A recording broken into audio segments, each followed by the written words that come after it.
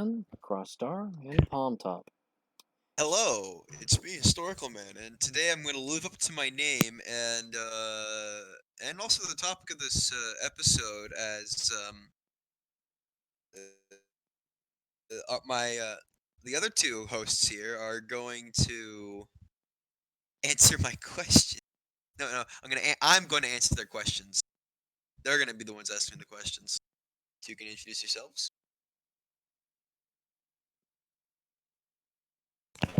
Uh, Uh, I am the god of speed, Crossstar. I am the streamer who never streams, Palm Top Tyrant. Streamer who never streams. You said you were going to stream, but you never do. Yeah, that's me. That sums me up pretty well, actually. And I believe today, as you've said, we have a historical focused episode today with, of course, Historical Man probably leading the front. I don't know. Maybe he knows something about history. We'll find out. Maybe I know it's nothing. just a name. He doesn't know anything about history. What are you talking about?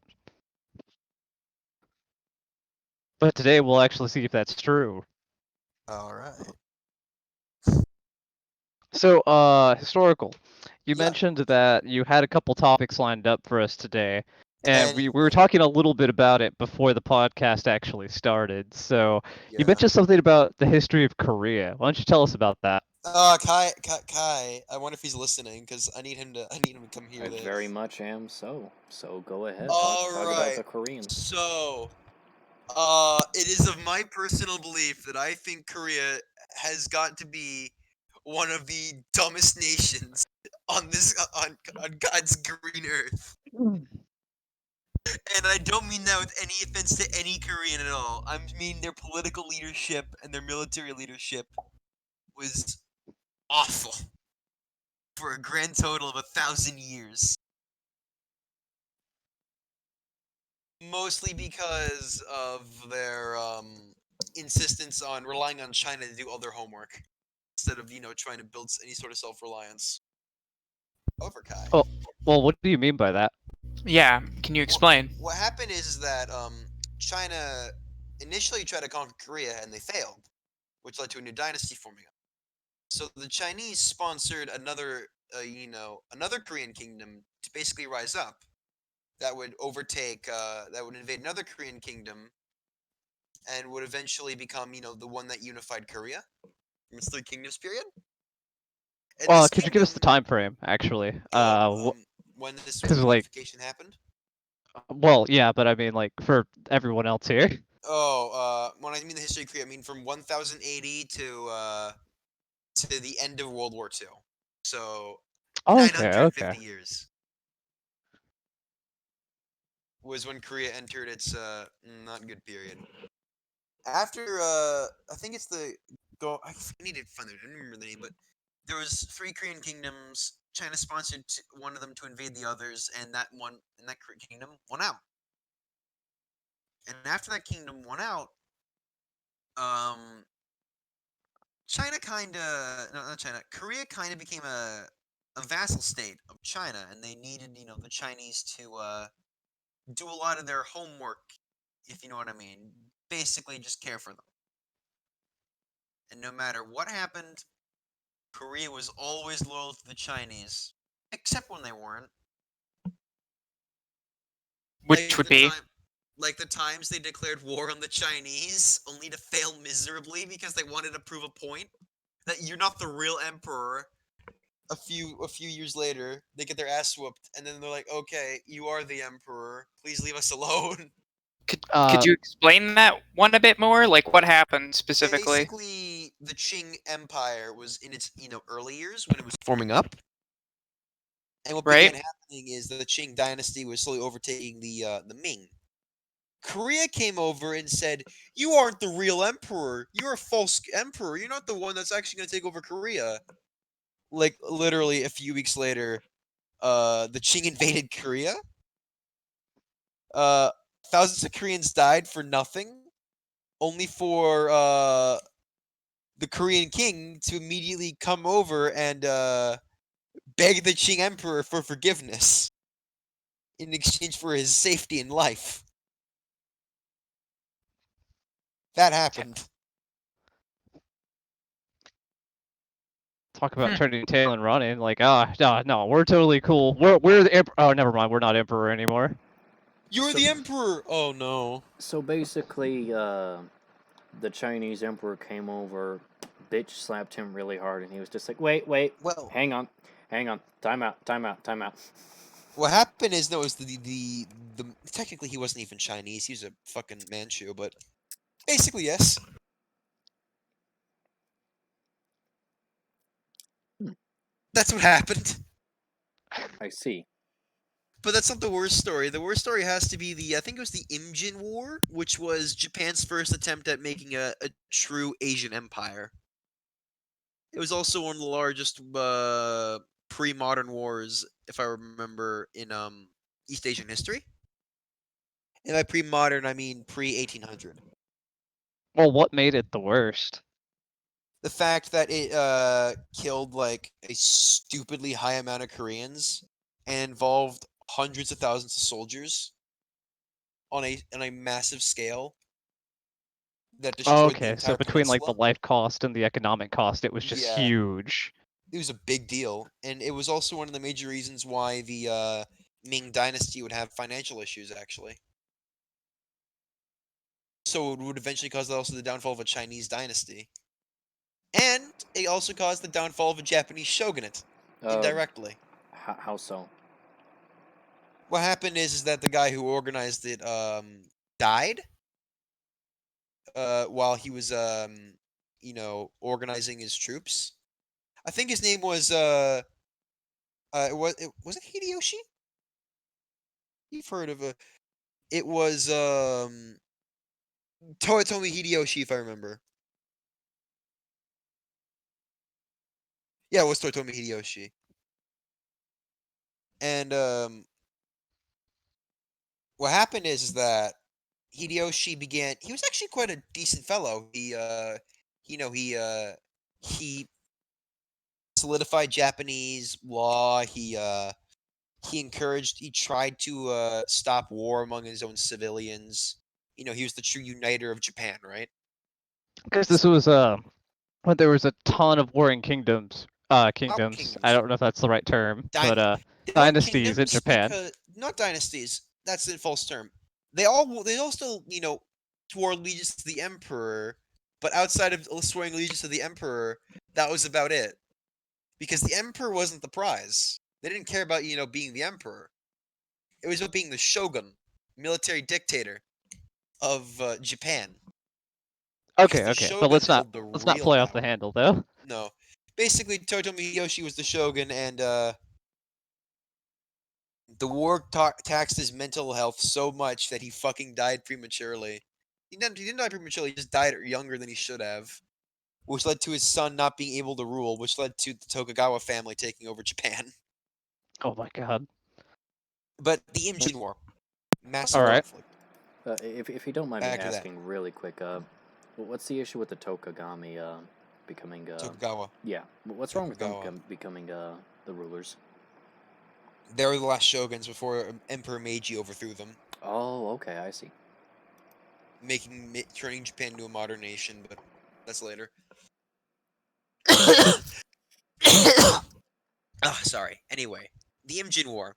To note, during the war, the Koreans, the Japanese initially sent a bunch of envoys to Korea, right? And get this, the Japanese initially demanded that Korea be subjugated to the Japanese, and the Koreans obviously said no. And then they heard, and then the commander of I think he was commander of 100 ships. He saw reports, and then he later would see a massive Japanese invading force approach Busan Harbor. Busan being one of Korea's biggest ports. Can you give So us like a geographical idea of where that is, it's south. south? It's literally so the strait that separates Japan and Korea. Right. Mhm. That's exactly where it is. That's where Oh, Busan. okay, okay. Basically, the Japanese begin their invasion of Korea and later China. Hmm.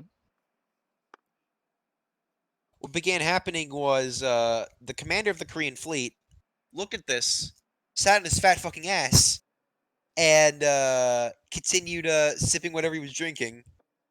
And then every time he was asked if he should make any move, he just did nothing. And when the Japanese finally landed, he ordered that he scuttle his own fleet and then ran away. And then declared a victory because the Japanese didn't take a single one of his ships. Because the Japanese didn't board any one of his ships, even though he lost his entire navy, and allowed the Japanese to secure a foothold, basically without a fight. Like the local guards put up like they try to do anything, but they were no match. So let me get this straight. He saw the enemy coming, he ran away, and then he said, "Aha, I am victorious and not a cowardly bitch." That's what he thought of himself as. And here's the worst part, Kai. The Korean army at the time was mostly made up of rank and file spearmen, swordsmen. They're poorly trained, poorly disciplined. They're basically just a bunch of hooligans dressed in fancy gear, right? And they mostly were armed. They had no guns at all. Not a single gun was in the Korean army because they just had bows. Because their philosophy was bow is superior to gun. I am not making that up. Right, and why did they think that? Oh, because why use big barrel, right? Big long barrel when bow does the job for you. I mean, a bow can easily kill a horse archer, right? And he can aim it better than a gun because they use it for so long.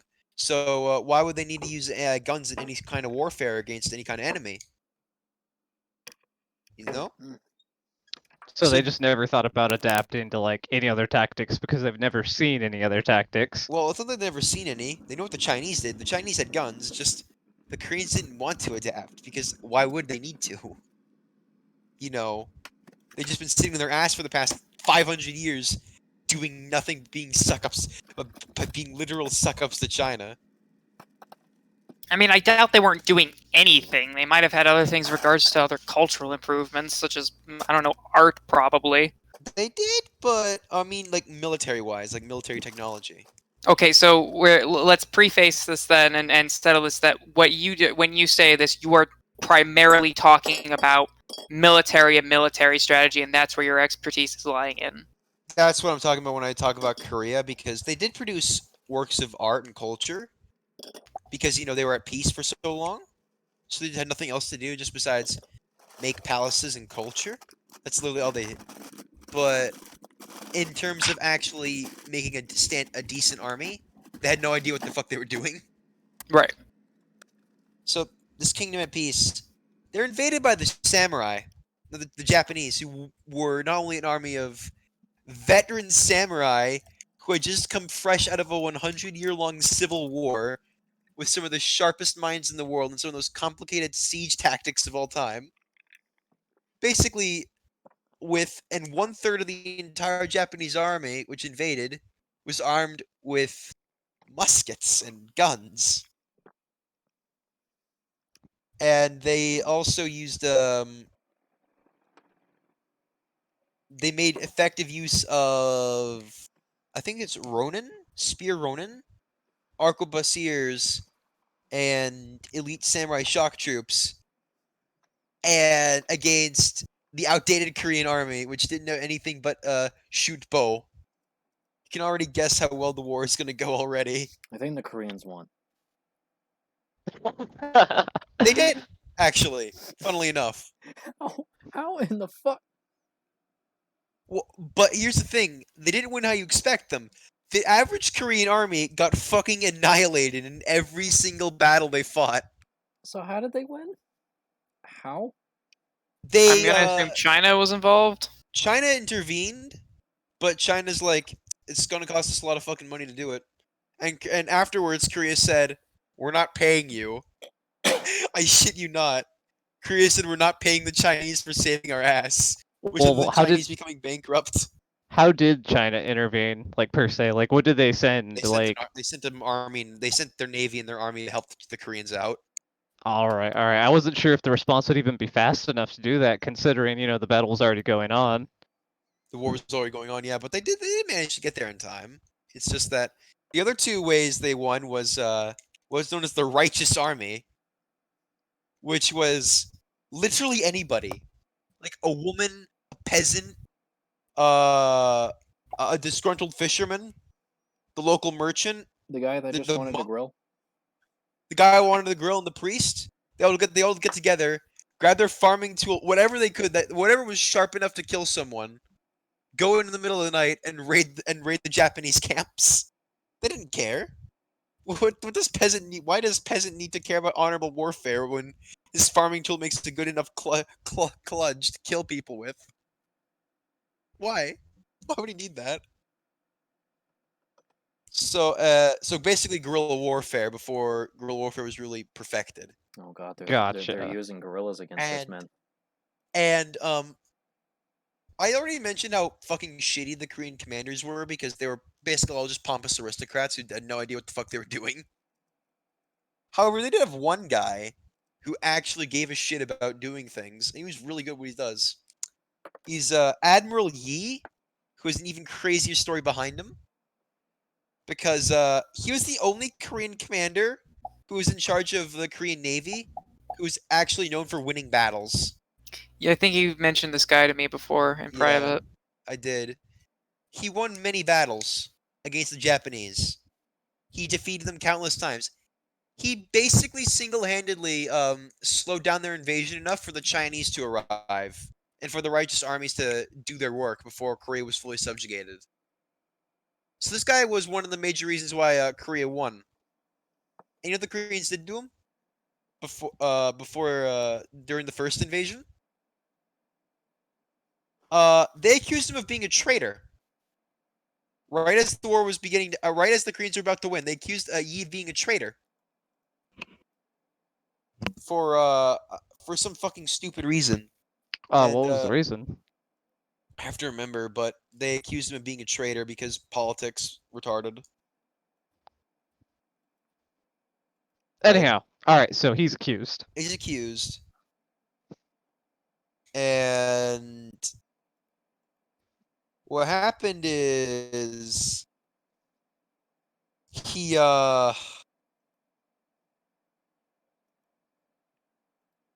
was demoted, and then they gave his entire fleet, the fleet he basically built up, right, to the same guy who destroyed his own fleet all the way back in the beginning of the war. Absolute, like, just god tier choice right there. The guy who completely just wrecks his own shit, and let's just take it away from the winner and give it all to him. Master strategy. Absolutely.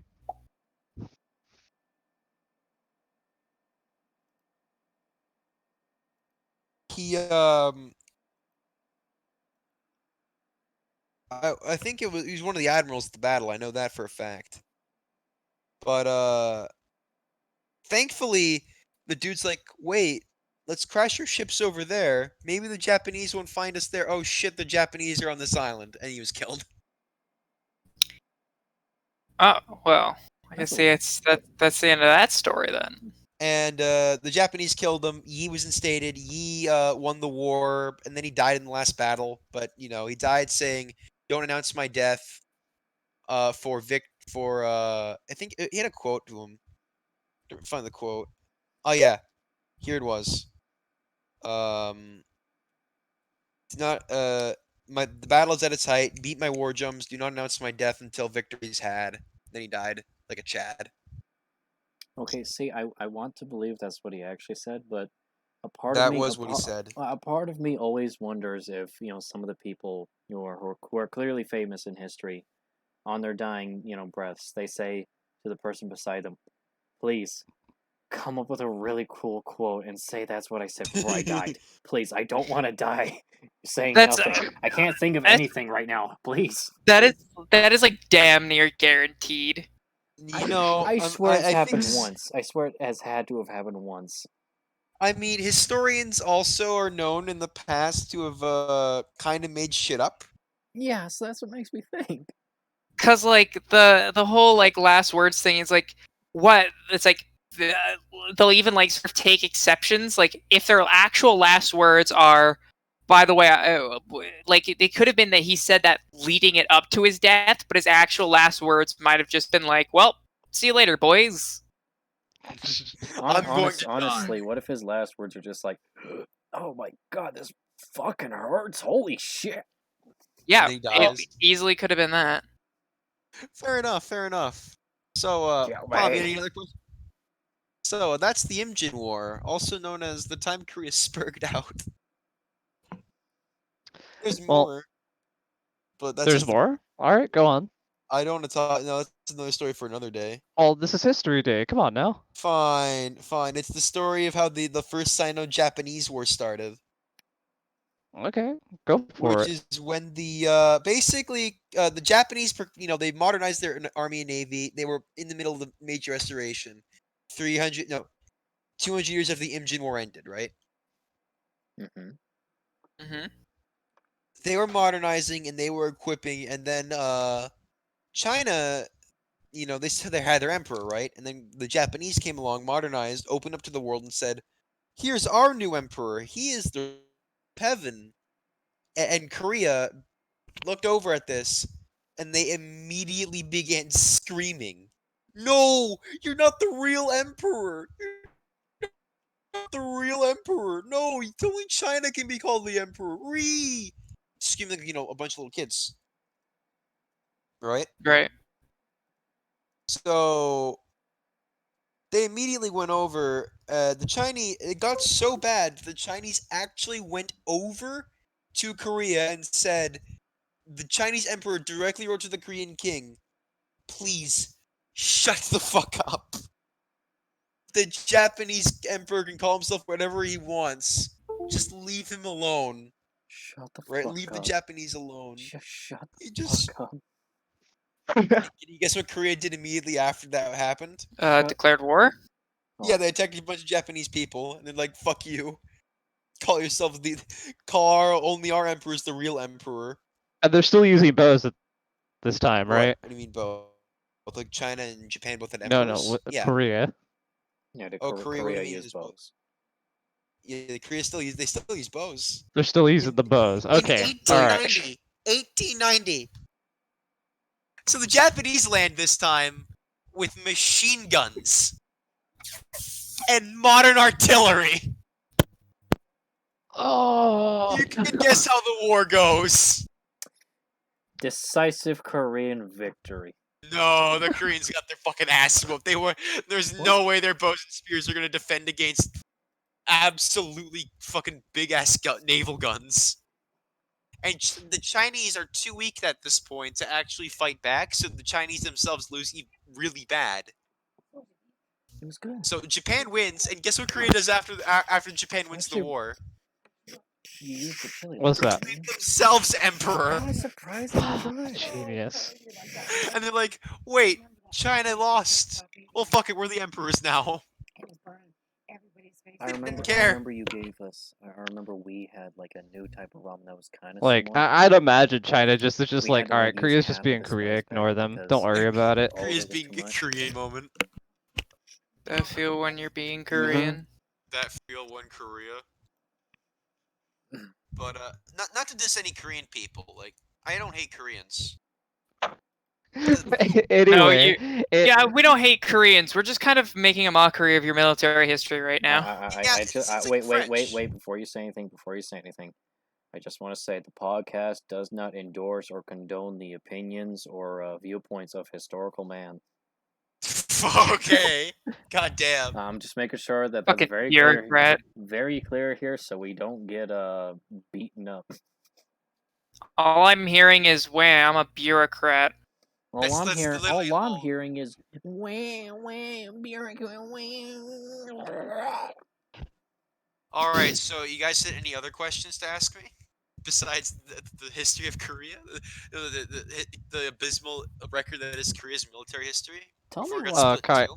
Yeah, I've got go. a full list, so it's up to you. Go ahead and go first. I'll just ask one question, and then you guys can move on to the serious ones. And this is Mhm. a personal question between me and historical, so it's important that I ask this now. Oh God. What? Tell me why the MG42 is the best gun ever made. Fuck you. Fuck you. All I'm Mhm. hearing I have is given you okay. multiple reasons. Okay. I have given you multiple reasons why, while it's a good gun, it isn't the best gun in World War One. Oh, not World War Two. My bad. I was about to say. I mean, is there objectively a singular best gun? Yeah, the No. MG42. Shut up, Kai. Best gun ever made. It depends. It depends what scenario you're using a gun for, because while an MG42 in scenarios where you need a crowd control is really no, effective. no. It doesn't even matter if Okay. it's one person and it's overkill. Use it. Kai, Okay, yeah, here's but the issue with the MG42. It's that the gun would not only expend too much ammunition in such a short amount of time, it also is a very easy to notice target. In fact, the Soviets and Americans had tactics of dealing with the MG42 by 1944 that were so effective that in most urban combat scenarios, most Americans were basically desensitized to the damn thing. No, that wasn't the MG42. That was the MG42 Light. Shut It's the up. diet version. Anyway, Anyway, you two move on to your questions because I think I've gotten my point out of the way. Oh, actually, I think that's a good segue, Kai. What do you think were the most important weapons of World War One? Well- Like between both infantry, between aircraft, between naval, like any of them. honestly, I think the biggest military innovation made in the First World War, honestly, the tank made by the British Army. I like the box tank though that the Germans made. That was a fun Okay, tank. okay. But what happened is that the tank was originally designed because trench warfare, machine gun, you would go over the top and sacrifice thousands of men in what basically was a suicide charge, right? Mm-hmm. For fuck all. And so the British Army devised a plan because this ain't working out for us. So they put the geniuses at the British Army put two and two together. They said, bullet bounce off steel. Yes. So what if we had a massive fucking tractor that was made completely out of steel that our soldiers would hide behind? They would use it as cover, and by the time the tank rolled over the trench, our soldiers would hop down in there and begin blasting the Germans. Genius. So anyway, I started blasting. There was just one issue with the tank in World War One, though. Besides, didn't they fucking suck? Yeah. I wouldn't blame that they said they suck ass. They were the first of their kind. No, I wouldn't blame it either, but they basically didn't work most of the time. They did work. They did And they their were job, hot boxes, weren't they? They weren't hot boxes, no. What their issue is that the British thought the British High Command weren't thinking of the absolute mud fields of Flanders. They were thinking, yes, a flat Grasslands. grassland. They weren't thinking about mud. Yeah, which they get stuck in, or worse part yet, halfway through their advance, they would break down. Yeah, and then you're just trapped in a giant metal box where you can't get out to repair the damn thing.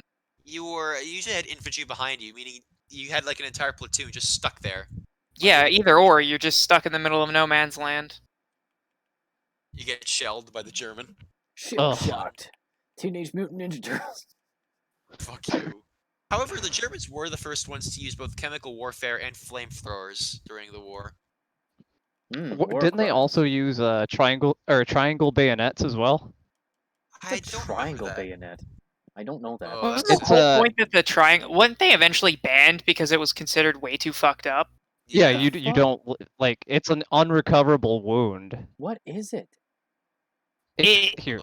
Yeah, it's as if I recall it. If you don't mind me saying it, go for it. It is quite literally it is a triangle sort of design on a on a bayonet. I can't super recall like necessarily the specific details of it, but the point is that if you got stabbed by it, which then it would be pulled out, it would create a wound that no matter what, you could not stop from bleeding. No, it was the United States who created them. It was the United States who used them, along with combat shotguns. Huh. Another thing that, like, combat shotguns were another thing I recall a lot of enemy combatants complained about. They feared it. Please nerf the combat shotguns, thank you. What? Yeah, pretty Okay, much. They were kind of like, that's not fair. That's not fair at all. Because what I happened is, demand balance. here's the thing. Once you got in the trench, right, it was mostly close quarters combat. And what are shotguns really good for? Close quarters. But, however, I will say this. Another major invention that was made during World War I was, hold on. I need to find the,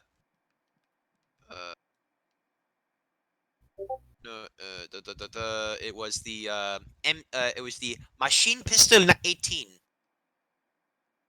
Why did you started to sound a bit like the Cross. like the I heard announcer for Metal Slug. I did, but you know German. Can you pronounce this? Sure. you know German too. Fucker. Maschinenpistole. Yeah, machine pistol 18. Yeah. Let me double check. was the, yeah, Maschinenpistole.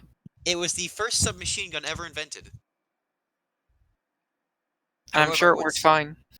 It was really good against. It was really effective against the British and French armies, but then, the German blockade led to everyone fucking starving to death. The German army literally starving to death. And so Germany couldn't fight a war anymore because they were literally starving to death because Britain blockaded them. And not only that, but a literal metric fuck ton of Americans arrived in Europe, meaning the Germans no longer had a numbers advantage because the Allies outnumbered them by 2 million more men. Did a massive push. Now the German army's defeated. We're starving. Revolt. War's over. Allies won. While Russia burns in the background. Yeah, I like how there's this, like, moment of peace, perhaps, like, they're all calming down finally, and they're just like, well, at least the Great War is over, and just in the background, some Russian dude is literally on fire screaming. Oh, okay. That's another good point to lead into, though. About that, it was like the 1920s. At that point, right? And What are you talking so about? The Russian can you Civil tell War? us? Yeah, I was gonna say let's lead right into that. Could you tell us about the Russian Revolution and the Russian Civil War? Oh, you want to learn about that? Yeah, why not? The worst period in history. The Russian Civil War, which was when it wasn't just one civil war, the Russian Civil War. I should preface that. It was like a massive overgaping conflict that had multiple civil wars, multiple fronts, so many different characters with so many different ideologies. It was insane. Literally the ultimate crossover of Russian Civil War history. You had people. Okay, so Like a Smash trailer. Yeah. you had basically 4 main armies in the Russian Civil War that are notable, which were the red, white, green, and black armies. The Red Army was, well, first, before we get into the Russian Civil War, little revolutionary history. Basically, what happened is that we have to go back to 1888 now, actually, where Emperor not Nicholas, it's Emperor Alexander II. He decides, I'm gonna do I'm gonna take a train carriage before I open up Russian Parliament. Basically, his main idea was he would found a Russian Parliament that would bring a British system, Westminster system, to Russia. Basically, may turn Russia from an absolute monarchy to a constitutional one. Then I think it was a socialist, I remember, basically came up and blew himself up along with the emperor, which killed the emperor. Alexander II. What? Every time. Every fucking time. Class act those socialists. He was a socialist terrorist who, I think if I recall correctly, was also like one of the people who conspired to kill Alexander II was a relative of Vladimir Lenin. Oh my Every gosh. So there's fucking already a blood. every time. I've never. I'm going to talk about this on stream, and then I'm going to let you continue. But I swear to God, every time anything bad happens in history, it's always a socialist or a communist. Every time. Yeah, every time, every single time. No. Remember I'm back when the I'm serious. remember back when the fucking Library of Alexandria burned down? There I was a remember communist. Vladimir Putin being It there. could have been a fucking Putin communist. wasn't in a there. communist. It could Putin have been. wasn't a communist or a socialist. He never was. But anyway. No, you're right, but still. A better example would be Khrushchev, Corn Boy, Swear to fucking God. Nikita. I swear to God, I'm gonna look into ancient history and find this weird idea that sounds vaguely like communism, and I'm gonna think, oh my Well, there God. was ideas like that were vaguely like communism. I mean, I yeah, fucking know it. I fucking know it. dude. How? Well, I mean, the question becomes, how vague does it have to be for it to still count as vaguely communist? But I was gonna continue talking about the Russian Revolution. Yeah. Go ahead. I just had to say. So then Alexander II, who was actually known as both the liberator and the reformer, dies. And his son takes power. Now, if Alexander II was a nice guy who wanted a democratic, peaceful Russia, Alexander III resented his own father's idealism and basically said, let's roll back these reforms, boys. And then he rolled back the reforms, which led to increased revolutionary activity. Because, you know, the violent revolutionaries became more radicalized. Right. And then but Alexander II was really good at... But Alexander II wasn't incompetent. He was actually really good at his job. But here's the issue. He died prematurely. Uh, Now here we get to the main guy. The last emperor of Russia, Nicholas II.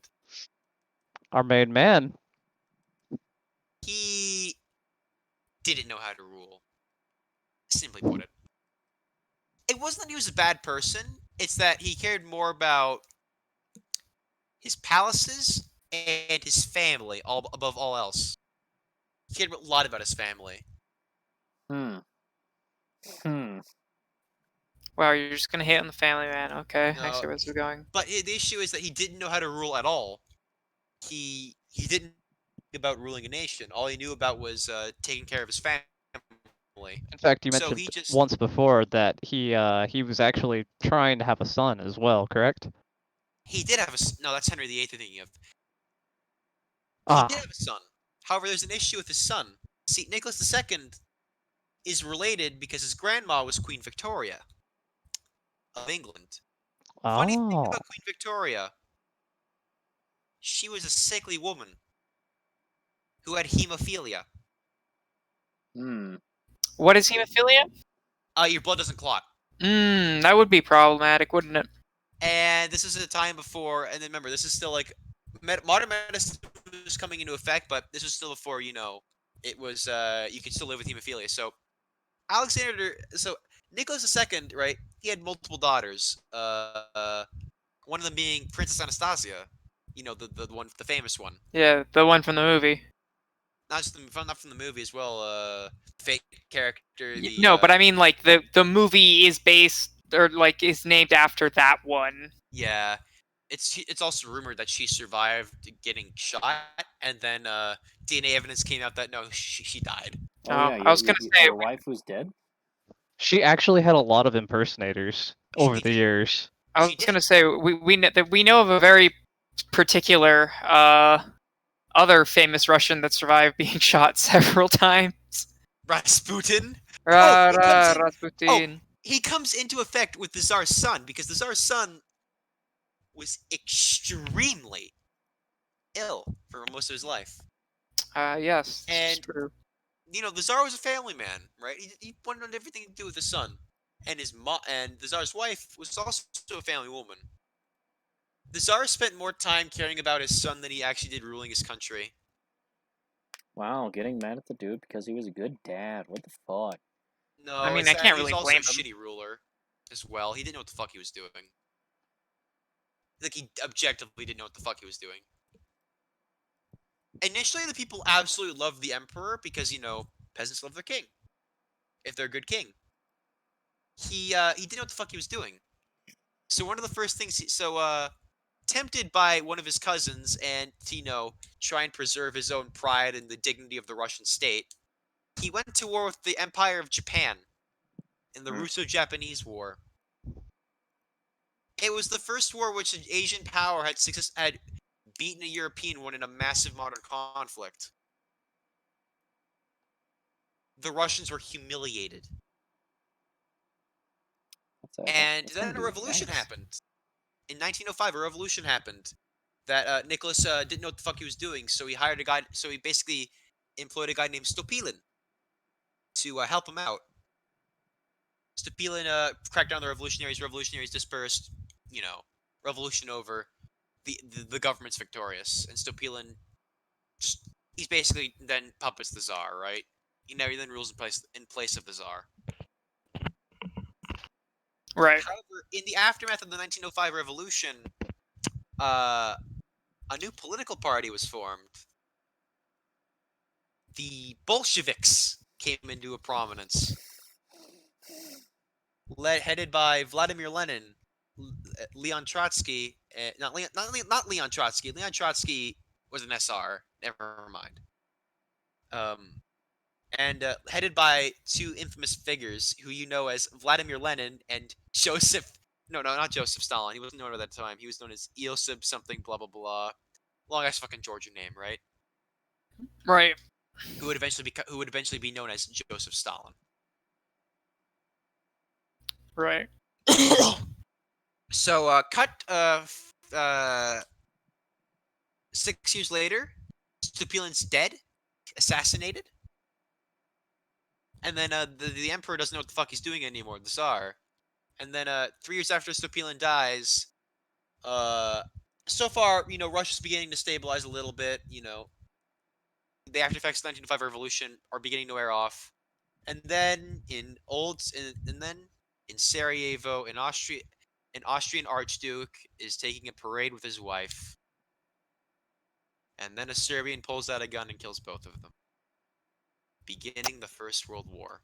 I mean, that's a bit of a short way of going about it, considering how horribly unlucky that plan was going up until that moment. Oh yeah, that plan literally threw a bomb. By all rights, off. it should have failed. It was like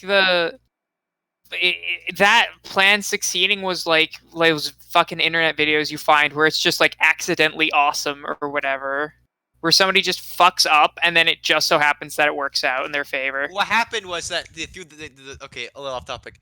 The Serbian nationalist, one of the guys in the black hand, threw a bomb, bounced off the car, hit a crowd of people, right?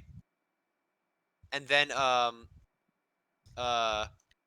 then they tried to pull out a gun, right? One of them jumped out to try and shoot the emperor, not the emperor, the archduke, right?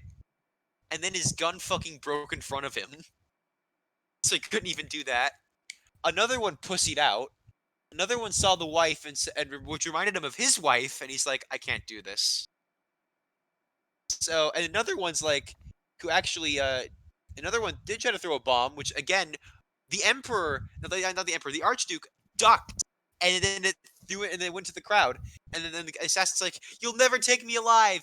He jumps into the river, and the river's like 4 inches deep, and then he breaks his leg. Takes a cyanide pill, begins puking all over the ground. Because it was like a botched pill. It was a fake. It was an outdated cyanide pill. It like expired. Yeah, so he survived. He just puked a lot. And then one of the assassins got really fucking sad, went over to a sandwich shop and began eating. He's like, I like him. I have to go incognito. I mean, honestly, I feel that man on an internal level. I gotta eat my food. I'm gonna go into hiding. I can be fine. Then the Emperor's like, wait. No, then the Emperor's driver accidentally makes a wrong fucking turn. Yeah. Makes a wrong turn to go to this, which goes to this dude's fucking sandwich shop. And then he's like, well, what do you know? Well, what do you know? He's right there. He pulls out his gun. He's also actually known to be a horrible shot, by the way. Which is why he ran up to the fucking thing. Yeah, and then he He shot both of them. Like you could actually go to like the Austrian Military Museum and you can see like the uniform he wore when he was shot with his bloodstains on it. That's just kind of fucked. They're Austrians, dude. Yeah, the entire thing, like all of World War fucking 2 or World War 1 could have been absolutely prevented by just Actually, not multiple prevented, but reasons. like I mean like it could have 100% not happened the way it did, but some ungodly force desperately wanted it to happen. They desperately wanted Franz Ferdinand to fucking die. They were just bored out of their minds, and if this wasn't going to work, then damn it, they were going to make sure it did. So back to Russia. World War One happens. Russia fights in it, and they fucking suck. They get not against Austria or the Ottomans. They win against both of them because Austria and the Ottomans they suck even harder than the Russians. But against the modern military might of Germany, they begin losing badly, like really bad. And then the Emperor doesn't know what the fuck he's doing, so he fucks up even harder. And then, the Russians begin to get hungry, and then begin losing the war badly. So then, what happens is in early 1917, the Russians get fed up with the Emperor commanding the military. So a couple of young aspiring Russians, overthrow the government and proclaim the Russian Republic. Well, they didn't proclaim it immediately. They proclaimed the Russian Provisional Government, which would later be known as the Russian Republic. They said, "Oh look, we're a new government. We're deciding what to do in place of old Nikolai before we proclaim a republic." And then it's complicated after this because basically Alexander Kerensky, massive, had a low IQ, just a low IQ, failed miserably, absolutely miserably to contain the Bolsheviks, which were spreading at that point. Get this. The Bolsheviks were anti-war. Kerensky wanted war, and then when a man named Vladimir Kornilov, said, "I am going to overthrow the Russian government because they are making too many political concessions to the Bolsheviks." You know what Kerensky does? Immediately, No. he gives weapons and arms to the Bolsheviks. He opens up the arms to the Bolsheviks and says, "Stop." And he basically says, "Stop Vladimir Kornilov." They stop Kornilov's coup. Was it Kornilov? I think it was Kornilov. Yeah, it was Kornilov. So Kornilov's coup is stopped, but then the Bolsheviks, now armed, turn their guns on Kerensky, and they overthrow the Russian government and proclaim the Russian Federative Soviet Republic. Basically, the Soviet Union is born. And they also kill his entire fucking family, but that's besides the point. That's not Kerensky. Kerensky is just he fled like a fucking coward. It was the emperor at that point was just depressed. He was stuck in the middle of he was actually in what is, I think it was modern day, it was Yekaterinburg. And cool fact, he was later made a saint after he died. His whole family was made saints after they died. The Bolsheviks slaughtered them. And on the place they died is now lies a church, which you can visit. Excuse me. Lit. All right. But you're fine. What happened is that so immediately everyone in Russia begins panicking because the Russian government just fucking collapsed on itself. New Bolsheviks, but obviously not everyone likes a group of fucking radical communists. Right? So what? Not sure why, but right. Yeah, no idea why. You know, those radical communists who kill your local priest even though you're a religious Orthodox man, like the average Russian peasant would. Basically, then there becomes the four main factions: the Red Army, self-explanatory, the Bolsheviks, right? Bolsheviks and closely associated organizations and political parties. Then you have the absolute fucking clusterfuck that is the White Army. Right. That did not go great. The White Army, its biggest downfall was It was Itself. basically everybody who wasn't a communist, which included everyone from moderate socialists who wanted a social democratic Russian republic, all the way to hardcore proto-fascist monarchists who wanted a ultra-nationalist Russian empire to steamroll Eastern Europe and take up all the Slavs under its banner. And obviously, this army, this front, couldn't agree on anything. However, there was one hope they had, that if they can get the Tsar and his family into their hands, it might bring some semblance of unity and order to their movement. And then Lenin fucking killed the entirety of the Tsar's family, Because he's a piece of shit. including the children, Yeah, because he's a especially fucking the children. because he's a monster. Whoa, what a shock! Oh, and he also made basically proto NKVD with the Cheka. That was actually Leon Trotsky who made that, but he's not relevant now. Then, No. besides the White Army, right, which is a very diverse, you have two other armies: the Green Army and the Black Army. The Green Army is funny to me because you know why? They're They were green. literally just a bunch of peasants and farmers who were like, I don't want none of this war. I just want to farm for God's sake. That's all I they thought they were were. called the Green Army because they really were caring about the environment. No, they're green armies because they're just peasants who farm the land. That was a joke. I know. Oh no, I thought they were called the Green Army because they were, green giants. Damn. But then you have the Black Army, which were anarchists. Oh, not Who funny. doesn't love a little bit of anarchy? What they wanted was they wanted to establish, quote, a worker-free anarchist utopia where we are free of a communist government. No, not a communist government. We are free of any sort of government control that oppresses the working class. That was their biggest motto, right? They have posed the White Army, the Polish, basically everyone, and Lenin initially allied the Black Army because the Black Army initially helped them against the White Army, and then Lenin betrayed the Black Army and immediately had them killed. Classic. Oh, what a shock! It's almost like it's Lenin or something.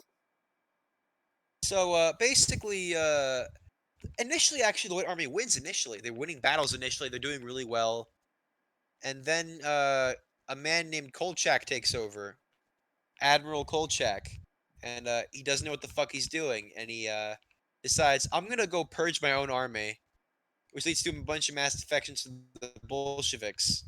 I won't lie. I thought you said Coltrane for a second. Kolchak. Yeah, Yeah, no. Coltrane would have been funnier. Colchak. Imagine being named Coltrane. Hey Oh, guys, man. it's me, Admiral Coltrane. Hey, this old, man doesn't. This man doesn't even know who Coltrane is. hey, old For a guys, moment. what's up? It's me, Coltrane. Back with another legit But- meme review.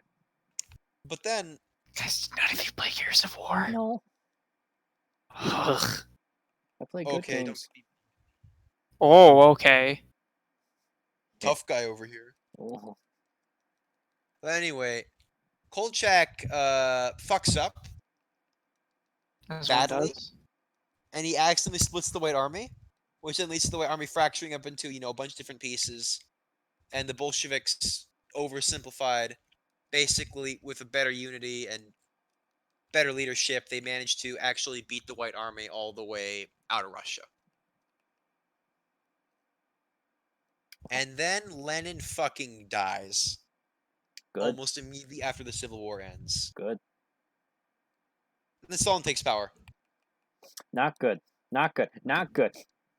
No, Stalin comes into power, and then and what does Stalin do immediately afterwards? Purge the party. Other communists that aren't me. But here's the thing.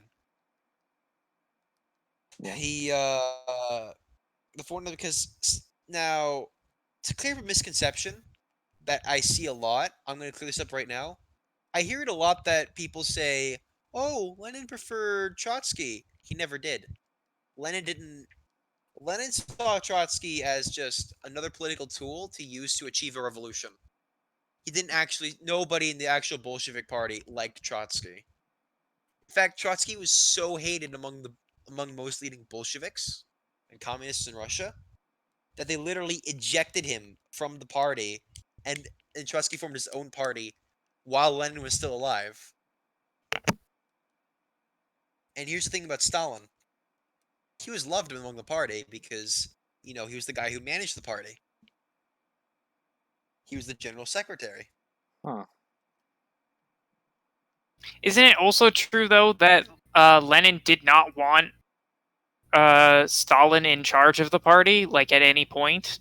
He trusted Stalin as a friend, but he didn't want Stalin to be, the main successor. Like he wanted someone else to be his other successor. Did he trust him as a friend though? Because didn't he have to Didn't he like stick his face onto photos of him with Lenin? He did trust Stalin as a confidant who could manage the party while Lenin was, busy doing other things. He was actually a close friend of Stalin. Was there anyone that Lenin looked at as a successor anyway? If it wasn't Trotsky or Stalin. It was probably someone else, maybe Kirov. There's a lot of leading Bolsheviks at the time, but basically Lenin, well, he didn't see really. He wanted the party to choose, if I remember correctly, and the party almost immediately voted for Stalin.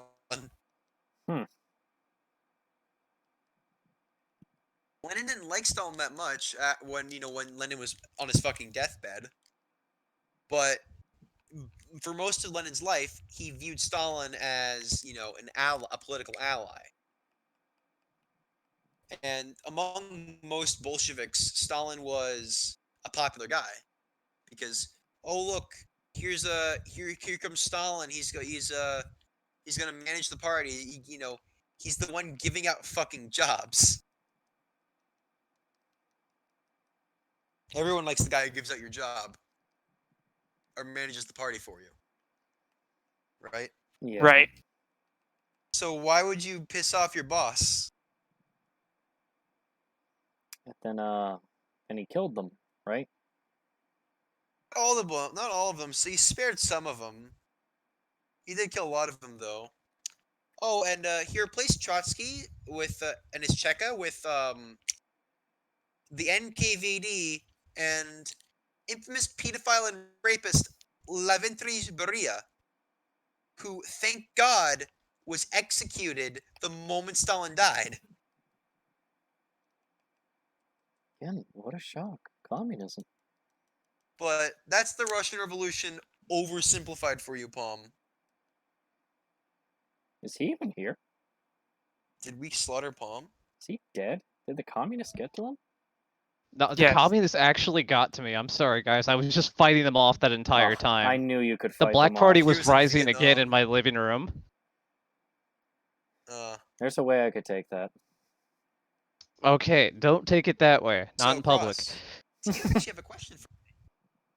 Do I have a what? A question for me. No, not particularly. I've kind of just sort of been asking the questions that I've wanted answered. Palm, you have any more questions for me since you had a list? Oh, dude. All right, let's go to an entirely different country now. Ooh, epic. Like, an entirely different side of the world. Why don't you tell us about the fall of the Incan Empire? Oh, the Inca. Oh, the old fucking Incas. Oh boy. Right, because like is this a the one lot that of people know them as like one of the thriving thriving empires of Mesoamerica, They weren't but not a Mesoamerican. lot of I people need to like stress actually know what happened to them. they weren't Mesoamerican. The Inca. They weren't Mesoamerican. What were they then? Andean Mountain. They're in the Andes. Mesoamerica is modern day Central America. I think Colombia and Venezuela and Mexico. That's Mesoamerica. And the Inca were south of that. They were Andean. Like, if you look at Inca versus Aztec culture, it's entirely different. Because here's the thing. the Aztecs had an alphabet. The Incans didn't. The Aztecs also um, farmed corn. The Incan didn't, because Huh. The Inca farmed potatoes. And Right. I'm assuming their weapons and all that were also kind of different.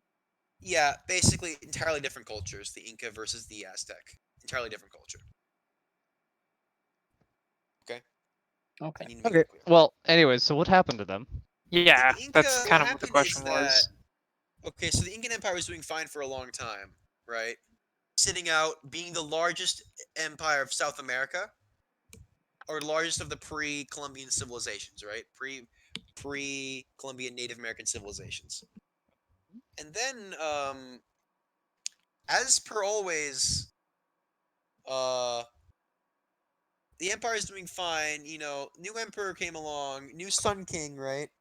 However, he's not exactly the strongest political man in the world. He has a brother who doesn't like him, basically. Okay. And so his brother attempts to claim the throne for himself, which leads to a massive civil war, splitting in two. Because powerful empires have that, right? All right. Then they begin hearing reports. Strange men with pale skin, wearing shining beams for clothing, with magnificent beards, carrying riding on strange beasts, carrying guns that shoot thunder out of them, are arriving on shores north of here. Right. And you know it, it's the fucking Spanish. Uh oh. White man. So Spanish Inquisition. not the Spanish Inquisition. They were doing something else, but it was the just normal, just conquistador. Now, another thing to know about conquistadors, a lot of them came on to fucking guy. I love that image. You're welcome. A lot of them came over to the New World because they wanted, profit. Some wanted to spread Christianity, others wanted to spread profit, money. So then a Spanish priest came along, walked up to the emperor, and he lifted the Bible, right? And he's like, "This is the word of God, pagan. Can you read it?" And remember, the Inca had no alphabet. Didn't even know what the fuck that was in the Bible.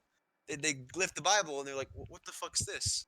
And then the priest opens the Bible for him. He's like, "It's just fucking scribbles on this weird thing. Scribbles on these weird sheets of whatever." Did they not? Did they not have paper? They didn't have paper. I think it was a Chinese invention. Yeah, it was I a thought it was Chinese Egyptian. invention. That was later incorporated over to Europe. Yeah, Europe used a cow skin for a while, I think. That was the Romans until I think it was like the medieval ages they began using paper. Could have sworn it was the Chinese that made paper. The Chinese were the ones who made paper. It's just that Silk Road gave the idea of paper over to Europeans. Right.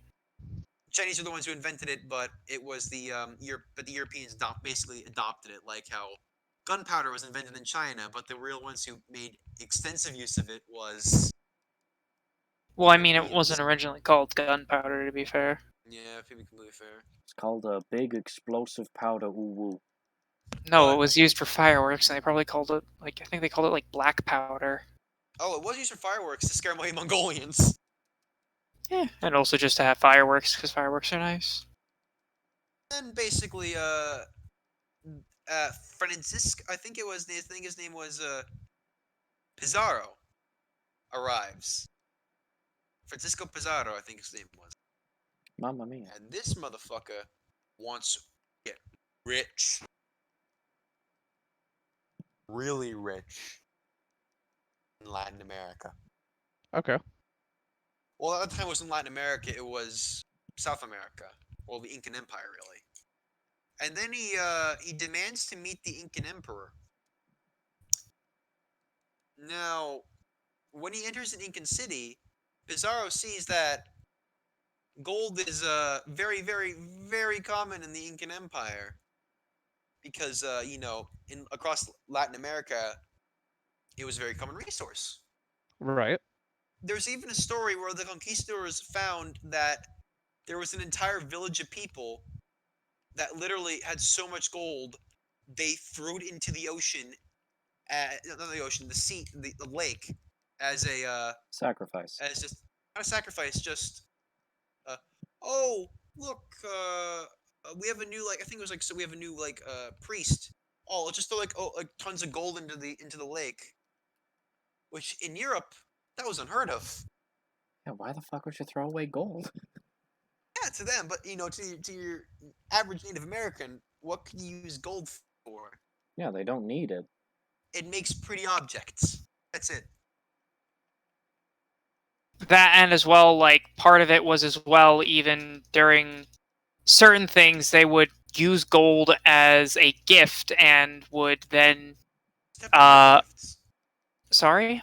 It was definitely used as gifts. It was Yeah. used as gifts and sacrifices. No, but then one of the things that would be done as kind of a display of power would be to take gold and then gold plates, these things were, and that were gifts essentially, and to destroy them. Yeah, because it was display of power. To Europeans, they didn't understand because gold in the old world, the old civilized world at least, well, civilized to the Europeans at least, was valuable everywhere. Didn't matter, what coinage it had. If it was made out of gold, people would buy it. Now, this also meant that Spanish basically lost their fucking shit over it because holy fuck, these people have literal mountains of gold, literal mountains made of gold, and they're just here having a civil war. So Pizarro came around with I think it was 150 people, and he went into battle against. He basically took a side in the civil war, helped an emperor win, one of the emperors win, and then he walked up over to the emperor, and then it's like the new Incan emperor, and is like, "Yo, I'm taking you hostage now, bitch." With 150 guys against an Incan army of 80,000. Right. And he basically tells him, like, it's almost like the exact same situation with the Aztec emperor. They hold him hostage, and they say, "You better give us money, or else." And the Incan emperor just says, "All right." So he began giving the Spanish shit tons of money. The Spanish made him more. So then the Incan emperor. So then what happened next is that the Incan army finally mobilized itself. 80,000 versus I think it was like 250 Spaniards at that point. A few hundred came along with them, and Spain won. I take Spain it. won decisively because scary cannon and gun and horse are far more effective in battle than rock Well, it's not. and spear. It's not just rock. They didn't have arrows. No, I think they did have archers. It's just that they mostly use slingers. I thought you meant like for the swords and all that. But if you want to, It's not really sword. I say against the Inca, but thinking about the Inca is that eat the picture like this. Imagine if a fucking alien came down, and it's like it was a technological difference between an alien and us, like a spacefaring alien and us. We have no way to combat the spacefaring alien because they already come to our planet with fascinating technology. They can nuke us in the next orbit, which is exactly what the Spanish and the Inca relationship was. Mm-hmm. So it was actually, and then, but the Inca fled south and like we're gonna continue the war, and then they noticed that one of the Incan princes has red spots on him, Oh, that's weird. and then they began dying, and then the old classic trope of Native American dies of smallpox began. It happened to the Inca too. 90% of Incans died Hey, of Paul, do smallpox. Yep. you want a blanket? I will say one thing about the blanket. It's a popular historical myth. What? However, I do think What I do what remember that what do you mean? Okay, when you say it's a popular historical myth, explain what you mean by that. we don't have much evidence to confirm that the Europeans just coughed them blankets and gave them to the Native Americans so they can kill them off. It was more likely that when the Europeans traded with the Native Americans because they had to, or else they'd die, right? There was just shit on That it. there was because Europeans, they're objectively filthy. They literally lit. Most Europeans lived with the farm animals they helped make. They raised. So when you're literally sleeping next to a fucking pig, and then you walk over to a Native American who has no idea what a fucking pig looks like, and you give him your blanket, right, as an offering for his corn, he's naturally gonna have absolutely no, your fucking dirty ass blanket is gonna kill them because they have no resistance to your diseases. Right. However, it should be noted this: um, Pizarro and most of the Spanish people who conquered the Inca Empire uh, were also very horny. I do not, and I mean that This is a very interesting change. conversation. Yeah, yeah, yeah. This went from the fall of the Inca to Spanish horny. Because Yeah. they were. Well, explain why you're bringing that up then. Because if you say that the Inca Empire fell and why the Inca aren't around anymore, the empire itself fell. The people are still there. Your average Latin American, besides Brazilians and Argentinians, but they're different. Brazilians are just Brazilian. Well, don't they come speak from of them. hell. Well, they're not human. Yes. And most Argentinians are from fucking Italy. I'm gonna Huh. send those Inca people to Brazil and see how they like it. People who live in Paraguay, Bolivia, Peru, Ecuador, and Colombia today, which is where the Inca Empire ruled. Most people who lived there today, they're actually the descendants of the Inca. Like the indigenous tribes still are there. They never went away because unlike what the British did, and which was just deport them from their fucking lands and slaughter them all for it. The Spanish married them, married the thousands of Inca women that were now widowed. Which dick move, absolutely dick move. There's a But they pun did there. anyway. There's a pun there. Yeah, there's a pun there. But then they actually did a test on this. Actually, the modern Peruvian man is more native than they are European. Well, that's neat. So, in a way, the Inca people outlasted the Spanish Empire. I was gonna say, I'm pretty sure the Spanish are still around. The Spanish, I said that outlasted the Spanish Empire. Yeah, I know. You had a bit of a delay on that one. Yeah, I'm sorry. Yeah, but I think it'd be funny if they outlasted all of Spain. I mean, they might.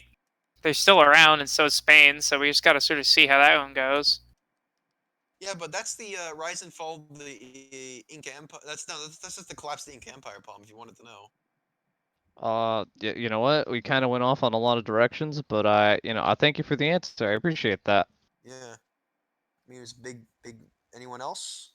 Uh, got another Another question, Paul? I got another Ooh, question. yes, Kai. Ooh, yes. What's your favorite Civil War song? Marching through Georgia. Oh, that one. Okay, that's a good one. Yeah, when good old Sherman burned down fucking Georgia. Now I'm gonna be honest about burning down entire areas. Not Gucci unless you're playing Total War TM.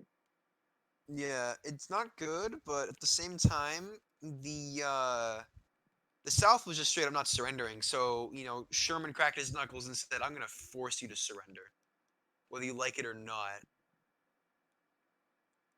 That's exactly what he did. Good old Tecumseh Sherman. I Sherman mean, tank. Sherman would also have another name. I don't remember the other one, but he was pretty infamous for just kind of being a dick. Wasn't He he kind was of an a asshole? massive. He hated black people, Classic. Funny how that and works. he hated black people despite being their liberators. He was. Oh, I do remember this. He was such a massive racist against Native Americans that he was somewhat responsible for genociding like an entire tribe of them. Could you be specific by what you mean by somewhat responsible? Yeah. He was the guy who was commanding an army that was destined to fight a Native American tribe that wasn't cooperating with the United States, and he did some pretty brutal shit to them. He had the nicknames Cump and Uncle Billy. Old. I would never trust anyone named Uncle Billy. I'm Yeah, naming I don't my think I son. would either. I'm He was a naming good my son general. Uncle Billy. He was a good general, Sherman. It's just that, I mean, Bad at the person. time he was your he was a Great pretty general, good guy. terrible guy. Terrible guy. I mean, then you have people say Grant was a bad president, but he really wasn't. He genuinely tried to help black people and Native Americans, all the minorities of America. He just tried. Well, God bless his soul give for him trying. that. He tried. That's a change. And it's just that he crashed the economy in doing so. But How do you do that? it's fucked up. He just didn't pay Well, attention, I think, if I remember. Well, right. I mean, like, how did he fuck up? Yeah. I don't remember. Did he slip? He slipped and it's like, oh. No, he said he was more of a general than a politician than anything. Right, and back in the day, basically, like, if you participated in war, you had a pretty good chance to be, like, at any political office. It didn't matter what you did in the Yeah, past. it's because, well, not really. It said if you were a good general at that, that's what mattered. Like, Andrew Jackson comes to mind. I mean, Andrew Jackson was also. He was also fucking Oh, boy. terrifying, though. Yeah. Still a There's a story- bad dude to Native Americans, but he was terrifying at the least. There's actually a story where That guy, some deranged. a guy shot him some- and he beat him to death with his cane. I think He beat him till he's hospitalized with his cane. he was hospitalized. Okay. Here's the thing: the bullets are still in the chamber. It's just they didn't go off. They were terrified of Andrew Jackson. He was too terrified to pull the trigger. No, the bullets themselves were too terrified to go off. They just saw who was at the end of the barrel and they were just like, no, No, we don't want to kill Andrew Jackson. no, I'm not fucking with that. Although, if I do remember, Andrew Jackson did have one big boy failure, which is he crashed the economy by saying, "All right, all the banks, I'm getting rid of them." Yeah, but They got rid of all the banks, Yeah, and but then fuck the all of a banks. sudden the U.S. economy crashed. Because guess what? Everyone who invested in banks or who had any savings in banks was immediately fucking liquidated, and they were mad. And then all of a sudden, all the farmers who relied on loans, because a massive wave of immigrants came over to America, were now just stuck in those ports doing nothing. yeah, It'd be like that. but fuck the bank. Say fuck the bank. It's just they were quite important at the time. I mean, who Arguably else? still important. Arguably still important, yeah. But another. Oh god, I'm gonna say this. If you're ever gonna ask me who is the worst U.S. president, I have one man in mind. Garfield? One man. Garfield did fucking nothing. He just sat in his ass. Exactly. God, but I just wanted to mention Garfield because that was the fucking funniest one. The guy who killed him? Yeah, just everything about Garfield's presidency that I know of was just one big clusterfuck. However, here's the thing: doing nothing would still be better than being fucking Woodrow Wilson. Explain what Woodrow Wilson did to the audience and me. Alright, so Woodrow Wilson was the president from 1912 to 1920. and he's pure evil. He Oh, what did he do? he would oh boy. First Wilson was a historian who was really bad at history, which makes me a little mad because So that's why you consider him pure evil. Okay. no, he was the one who helped foster the Lost Cause myth. What's that? He was one of the, oh, the Confederacy didn't fight for slavery. That guy. He Oh. was one of the guys who was directly responsible for fostering the Lost Cause myth. So, Now Gucci. which was also used later to justify. Oh, and Woodrow Wilson, he segregated the Congress, and he made segregation laws into effect. Well, that's not poggers. Haha. Finally said it. He was also known to be. Oh, and here's another cool thing Cross he did. What Woodrow Wilson did. He was a big fan of the Ku Klux Klan. A big fan, you say, and it wasn't just because they had the naming scheme that reminds you of a Dungeons and Dragons campaign. The Ku Klux Klan. Or a really cool sniper clan. Yeah. No. You know they fucking name themselves in the fucking Ku Klux Klan. It's just wild. Yeah, like Grand Dragon. Grand Wizard, Hydras, fucking all that shit. Yeah, but basically, Woodrow Wilson helped foster the rebirth of the Ku Klux Klan. Not cool. Directly supporting it. Last I checked, Ku Klux Klan, not a great thing. Cross, you're a film guy, right? Yes. You know the movie Rebirth of a Nation? Or Birth of a Nation? Yeah, I was gonna say it's Birth of a Nation if I know what you're talking about. Yeah. I watched that movie like a couple of times. The 1915 one? Yeah. Again, watched it. Made by, I want to say Andrew Griffin. Woodrow Wilson filmed that. W.D. Griffith. I apologize. Woodrow Wilson filmed that movie in the White House and considered to be one of the best films ever made, and the most truthful film ever made. It's definitely not the most truthful. That I can definitely not attest to. You're talking to fucking Wilson, a racist. Oh, and guess what? This is just for the context for the people. The D.W. Griffiths film is exceptionally important in film history because it's the first thing that kind of implored editing. He was a huge editor, like fucking snipping things, putting things together, shot compositions, all that, like moving that. Huge thing for him because he basically started that as a concept. He made was. And Birth of the Nation is basically like what we could consider one of the first blockbusters ever created because it was massive in scale, tons of money and all that. Super racist.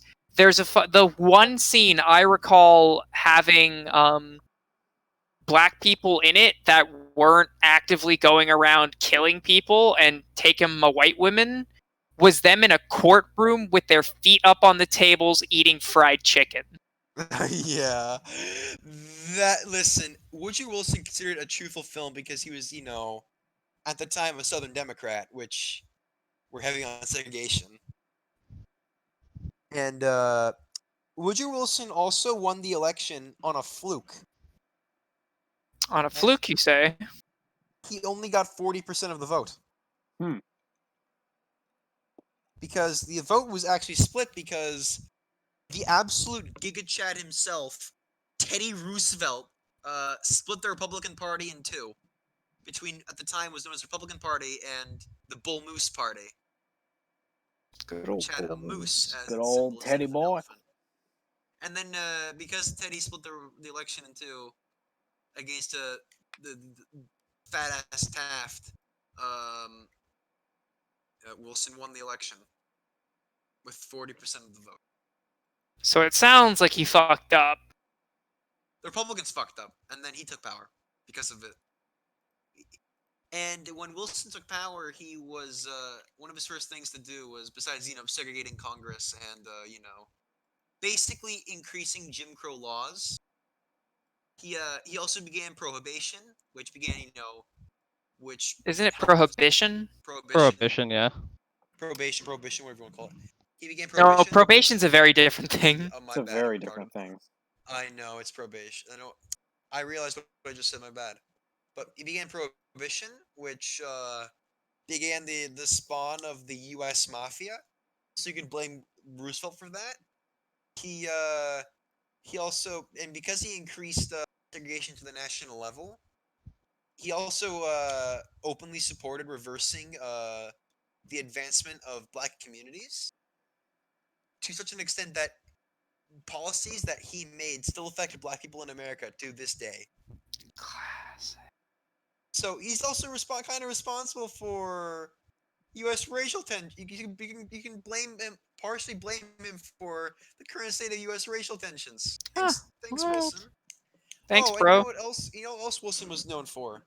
Probably not something good. Invading foreign countries Mm-hmm. for protecting freedom. Ah, Air quotes. yes, the very Wait. He was the the first one to classics. do that. He was a Now damn the U.S. dirty No. commie. The U.S. had invaded nations before, right? But every time they did, they immediately went in, did whatever the fuck they needed to do, and they went out. Wilson said, "No, we're gonna stay there, and we're gonna make them into a U.S.-style democracy. Damn it, that was his thing." Which you can already guess sparked endless foreign wars, where U.S. corporations attempted to, Goddamn corporate. yeah, basically he was a shill. Oh, and what else did Wilson do? Oh yeah, he founded I think he founded the FBI. Oh well, that's not a bad thing. I don't think. Well, here's the thing. When I say he didn't found the FBI. No, my bad. He didn't. Oh, never mind. I take it back then. One of the first things he did was heavily expand the powers of the U.S. government and especially the presidency. To the point where in 1917, during World War One, he basically used it as he basically used the war as justification to censor the press, rewrite parts of the Constitution, pass laws that said, "Oh, your constitutional rights don't matter anymore if you're an X ethnic group." He also So overall, just a really neat guy. overall, yeah, just Really yeah. cool dude. Yeah, sounds like a pretty funny haha gamer. He does Oh, sound God, like dude, a he was gamer, a though. gamer back He then. does sound like a fucking gamer, though. He openly said the N word too in his speeches. What a gamer! I mean, of course. He's Wow, a really? gamer. For the time. For the time. Yeah. And he was an unironic racist too. well, yeah. Well, obviously. Another thing I do want to mention about Griffith's Birth of a Movie. Nation is, and you can find this in a lot of, I think, Old films. not old films, but I was gonna say in a lot of not conservative, Circles? no, you know the guys that fought for slavery. What were they called again? Confederates. Confederates. Thank you. A lot of Confederate literature and media about them is this weird holification of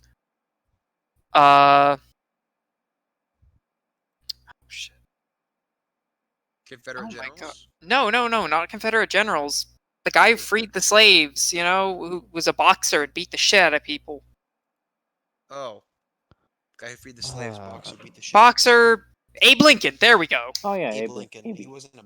Oh, was he? He was a lawyer, You- not a boxer. He was a boxer as well. Well, He was a really good fucking boxer. He was known for his incredible reach. Yeah, he was also a Chad. Look at his cheekbones. Yeah. Anyway, so like they would whenever you would depict Abe Lincoln, they would always put him in this like really good light. Like if you see him, Abe Lincoln in D.W. Griffith's Birth of a Nation, the dude is always got this light sheen around him. He's pale complexion. He's always sort of like got this sort of like staring off into the sunset kind of like future of America in his fucking vision kind of look.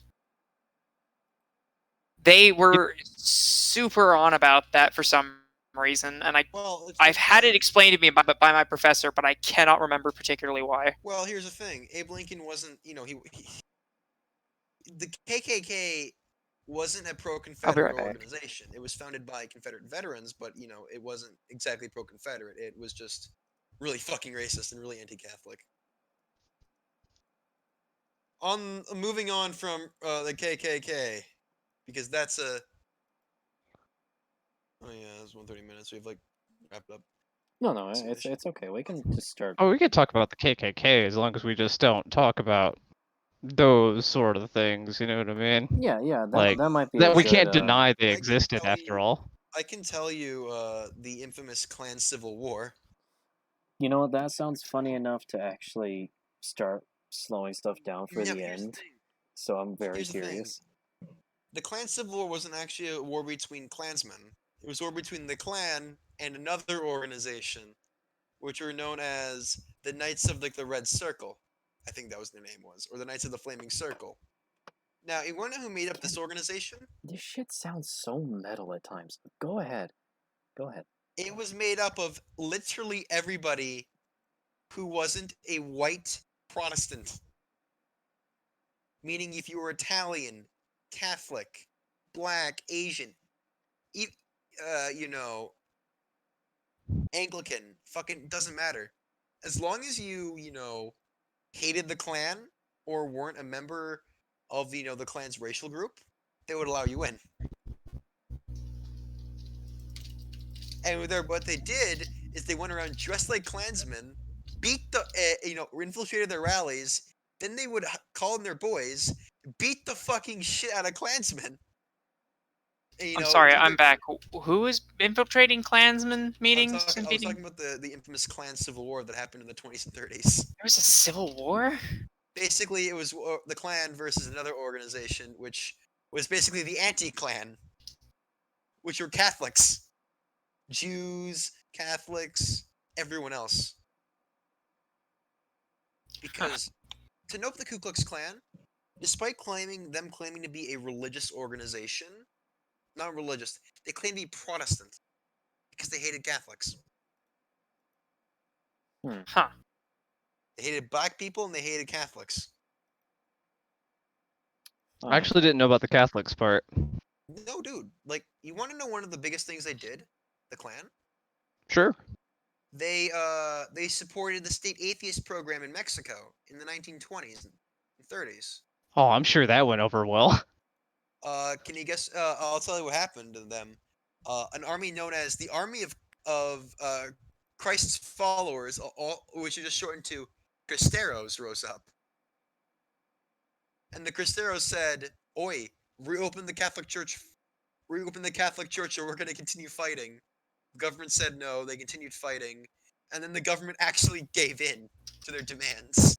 Oh. They said, "Just don't overthrow us, and we'll give you your Catholic Church back." And then the Cristeros were happy, so they technically won the war, the Cristeros. However, the KKK supported the government because who was the Mexican government targeting? Catholics. As long as you were anti-Catholic, the Klan supported you, unless you were black. Yeah, I was gonna say, unless there was another thing that they probably would not allow. Well, here's an even funnier thing, too. There was one black man who they actually were friends with, who was a man named Garvey. Now, Garvey's main plan was he wanted to take all the black people in the Americas and make a black superstate in Africa that would basically just be black people for black people, right? Uh-huh. White can have, the white people can have North America and Europe. We're having Africa. We're fine with Africa. That was Garvey's biggest thing. Huh. But what happened to that? Well, Garvey died That before his plans. usually stops a lot of plans in their tracks. Yeah, But what usually Garvey causes wanted problems. is he's known as a critical thinker in Pan-Africanism, which is the idea that Africa for Africans. Which Right. would eventually happen because white man left Africa.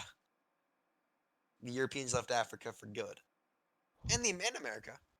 They own a colony in Africa, Huh. which is known today as Liberia. Liberia was actually it's where Americans actually sent freed slaves down to Liberia, and Garvey loved Liberia. I think Garvey, saw Liberia as like a what should happen to African Americans. It's Okay. just that, Garvey fucking died, and then with that, most Pan Africans cut support with the Klan because, oh wait, they're lynching other black people. We shouldn't support these fucking psychopaths. I can see why that would kind of prevent them from wanting to be friends. And then, Yeah. however, the Knights of the Flaming Circle, they would I'm dress sorry, the like what? the Knights of the Flaming Circle, the Klan Civil War. I was talking about it. They would go around, beat the shit out of other Klansmen, and run off while dressed like Klansmen. Now, here's one thing as well about Klansmen. They claim they hate Catholics, right? Even though the uniforms they wear was directly stolen from the Catholic Church. Well, Like there's Interesting. religious this is festivals the in Italy. KKK we're talking about, historical. Yeah, They're they not stole a bunch smart. of shit. They stole their shit from from Spanish and Italian tradition of they wore uniforms that looked like Klansmen, but they weren't. They would wear them around, and they'd be like, "Oh, look at me, I'm a Catholic," right? It was basically to symbolize closeness to God. The Klan Right. took it as we're anonymous. We don't give a shit. Oh fuck, they're QAnon? Oh no. No. We are Anonymous. We are Legion. No, the idea is that their hood would provide anonymity as well as easily targetable things, which sucks ass because now that Catholic tradition, which is still used, people confuse them for being racist, which they weren't, which they aren't. They're just practicing Catholics. Yeah. Funny how that works, isn't it? Yeah, they're just religious people. They're really friendly. Kind of like that one dude who brought on like a fucking water bottle on a plane one time, and now we can't have fucking water bottles. No, it's because water bottles can, for some reason, bring like a bomb or something. Yeah. Fucking hell! I just wanted a water. But but I'm gonna learn this off with a final story that's away from racism and towards Big Funny. Okay. Now, you guys want a funny story? You guys want to Oh yeah, just? yeah. Go ahead. I think I think I'm gonna end this off with the story of the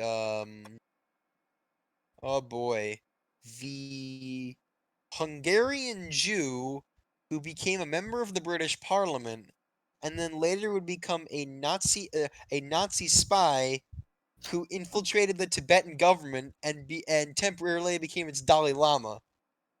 Huh. How do you temporarily become a Dalai Lama? He proclaimed himself Dalai Lama for like a few days, and then the Tibetans revolted. Time to leave. Goodbye. Oh, that kind. He was a The con artist for most of his early life in Hungary, right?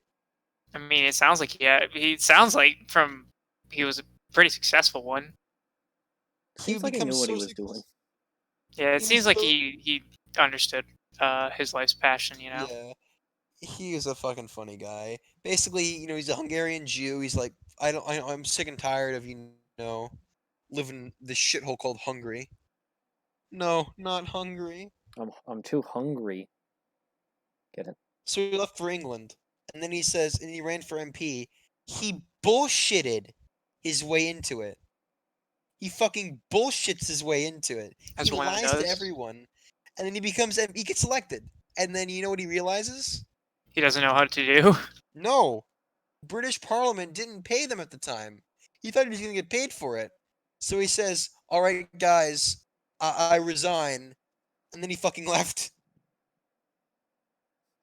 Somehow I feel you're not usually allowed to do that. The government of Britain didn't like him very much after that. He could resign as MP. It's just that he resigned immediately afterwards.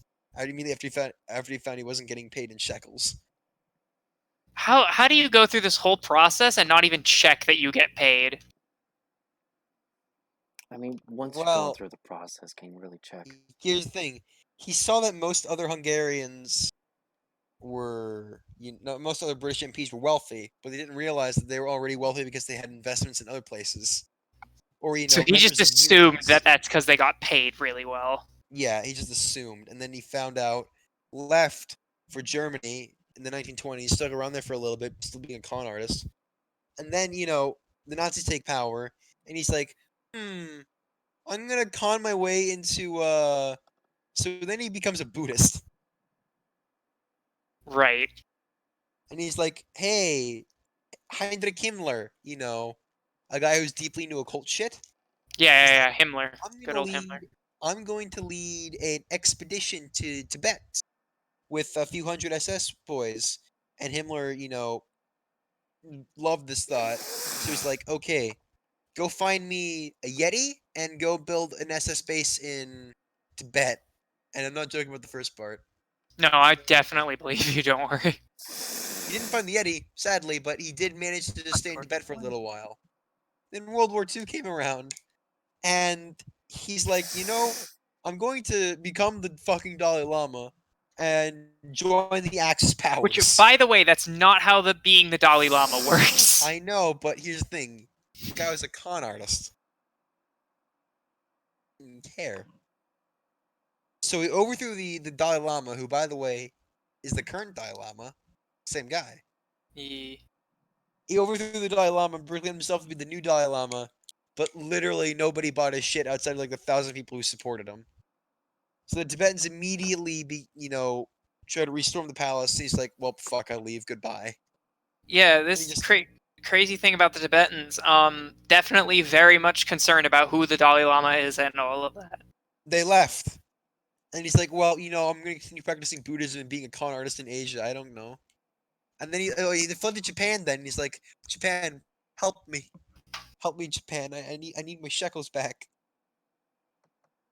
And then Japan said, "Okay, you're the actual Dalai Lama." And then the Japan lost the war, and I think he just died penniless in the streets. But that's it. He had lived a fucking wild life. What else was a wild life they had? I have one more. I've told you about the. Hmm. Well, you want to end it off here then? No, I mean, I thought that's what you said anyway. Yeah, I thought you said that was the last one. If you got one more, dude, let's go. I mean, have I told you the story of the Norwegian guy who no, not the Norwegian, the Swede who escaped who fucking escaped the Nazi concentration camp by being so fat and annoying? Yeah, you did actually tell me at least. I've heard of this one, I think. Have I told Palm? I don't think you've told me this one. All right. So, cut back to this this fat kid. So, this is the last story for the night. I forget his name, but he was the Swedish singer, right?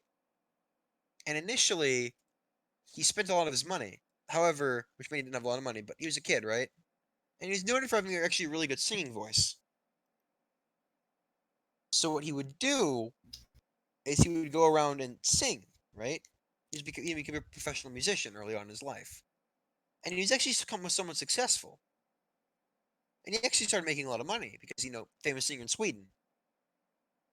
Which made him join the Swedish elite, the elites of Sweden. And then he got really interested in Nazism around this time too. So what he did is he said, "Fuck it, I'll fight the communists," and join the Finnish army. Then the Finnish saw him and he's like, "Sorry, sir, you're too fat and short to join our army. However, keep the uniform. Have a good time in Sweden. Thanks for trying to help us." Right? So he goes back to Sweden in his fucking uniform that doesn't even fit him. Because he's fat and he's fat and Okay. short. Yeah. And he's like, "Fuck it." He spray paints the swastika on his uniform, just spray paints it on directly onto it, and walks into meetings saying, "I am a Nazi."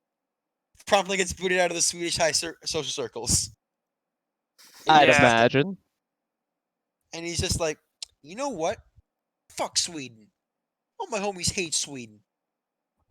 Fuck them." So by the way, to be clear, when he said all his homies hate Sweden, he was just talking about himself. Yeah. He did not have any friends. Well, he did have friends, but you want to know how he lost all of his By friends? being a Nazi? No. Oh, curious. He Oh. stole their shit for money, and he would sell the shit from their house and sell it at pawn shops because he was a money-hungry fat fuck who didn't know how to use his money. He just steal money from his friends, and his friends got mad, so he just told him to fuck off. So right, Nazis another part of it. So basically, he's just fat fuck sitting there. It's like, all right, I'm gonna go to Norway now, and he, because at the time the Nazis recently conquered Norway, and then he begins singing about how great the fascists are in Norway, how great the Nazis are, and how gay Sweden was, right? And then here's the thing. He starts becoming really annoying. And the Norwegians are telling, and the Nazis in Norway are telling him, "Sir, can you please stop?" And then also, he's not paying for any of the food he eats at any of the restaurants he's in Norway. He's basically just a bad house guest. Is he homeless? So then he had a home. It's that he lived in Norway now, meaning he just didn't pay for his shit. Huh. So he walked into the restaurants, he ate the meals, and he left without paying.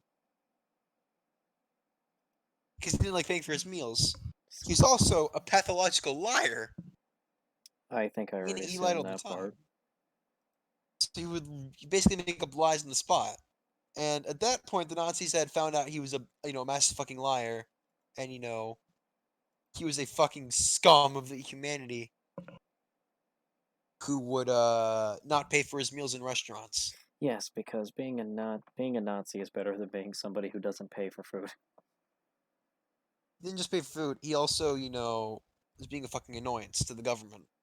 Because the moment they told him to pay up, he started singing about how gay Norway was. So the Nazis grabbed him and booted him into a fucking concentration camp for treason. Fair. And in this, one of the most brutal systems of all time, the Nazi concentration camp, the motherfucker annoyed the guards, annoyed everybody by being so fat and fucking annoying. Because he kept singing about how gay everything was. And it just never stopped that they legitimately said, "You are being deported back to your fucking home country. Get the fuck out of here. We don't want you here. We don't want you in our fucking, in the Holocaust. We don't want. We value. We don't even want to kill you. Get the fuck out of here." And so they deported him back to Sweden.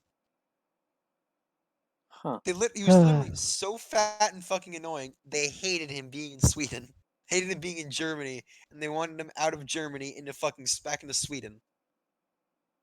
Just The Swedes found out when he came back, what? they didn't want him. What a But shock. then the Nazis wouldn't accept them back. Neither were the Finns. So they said, if you're gonna be so fat and fucking annoying, we're gonna cut your balls off. Which is what they did. They sterilized them. Yeah, I And don't then think people like that should be allowed to breed. but here's the thing. It didn't stop him. It didn't stop the fucking mad lad. You know what he did after he was sterilized? What? He fucked the guy who sterilized him.